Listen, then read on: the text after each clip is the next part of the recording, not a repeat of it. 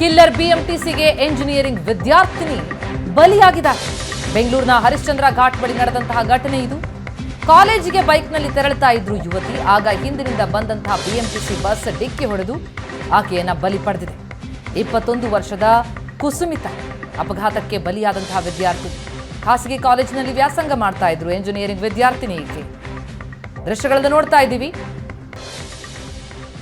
ಹರಿಶ್ಚಂದ್ರ ಘಾಟ್ ಬಳಿ ಮೆಟ್ರೋ ಸ್ಟೇಷನ್ಗಿಂತ ಮುಂದೆ BMTC bus ಬೈಕ್ನಲ್ಲಿ ಬರ್ತಾ ಇದ್ದಂತಹ ಕುಸುಮಿತಾಗೆ ಡಿಕ್ಕಿ ಹೊಡೆದ ಪರಿಣಾಮವಾಗಿ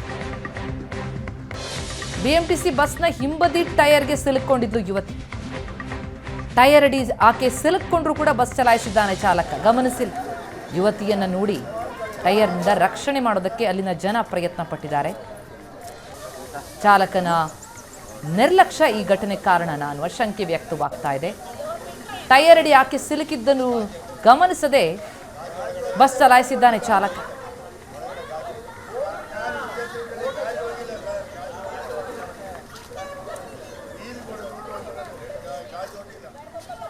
ಸರ್, ನನಗೆ ಇದ್ದಿದ್ದು ಒಬ್ಬಳೇ ಮಗಳು ಸರ್, ಪ್ರೀತಿಯ ಮಗಳು.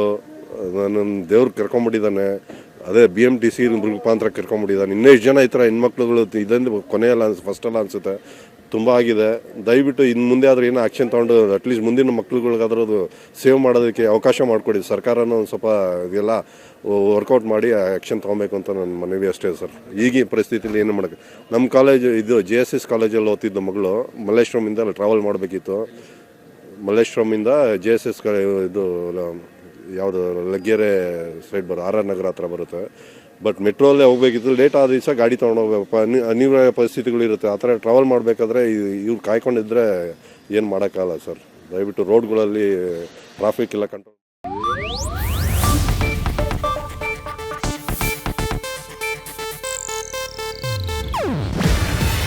ಇದು ಏಷ್ಯಾನೆಟ್ ನ್ಯೂಸ್ ನೆಟ್ವರ್ಕ್ ಪ್ರಸ್ತುತಿ.